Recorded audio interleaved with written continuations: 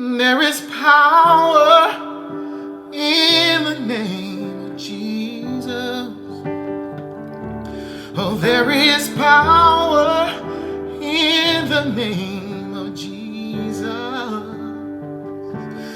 There is power in the name of Jesus to break every chain, break every chain, break every chain, yeah.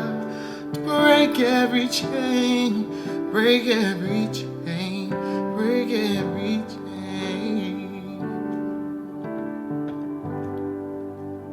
There's power in the name of Jesus to break every chain, to break every chain. I think when we can look at chains in life, sometimes we actually want to see the physical nature of what that is. But the greatest chain that I think sits upon our hearts a lot of time is our inward temptations, or the things that we are addicted to and that keep us from walking in the freedom that the Lord has called us to and that He gives us.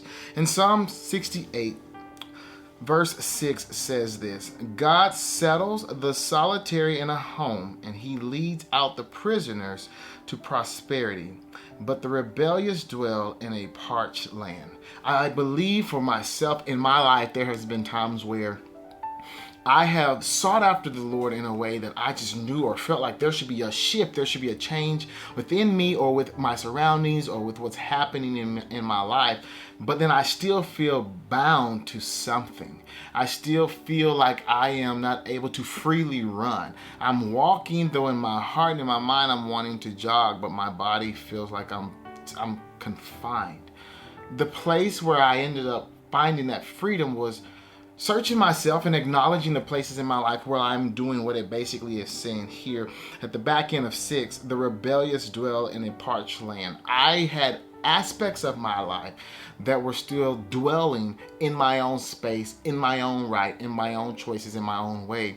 Though the outward expression of my heart and the other parts of me was wanting to literally live a life committed to God, to receive His blessings, but to also serve Him.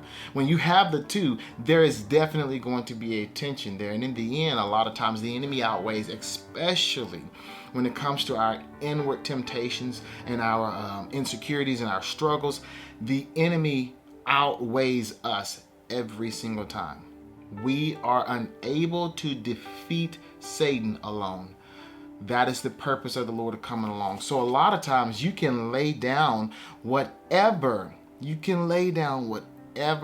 that addiction or that insecurity or that tension may be. You can lay it down. But if we don't allow Jesus to unlock the chains and to free our hearts from that bondage, it is just as impactful in our lives in a negative way as if we're still holding it. So today I want to encourage you guys with this. Examine yourself and look at different ways and different areas in your life where you may feel like there's still something holding on to you and keeping you from reaching the full capacity that the Lord may has called you to.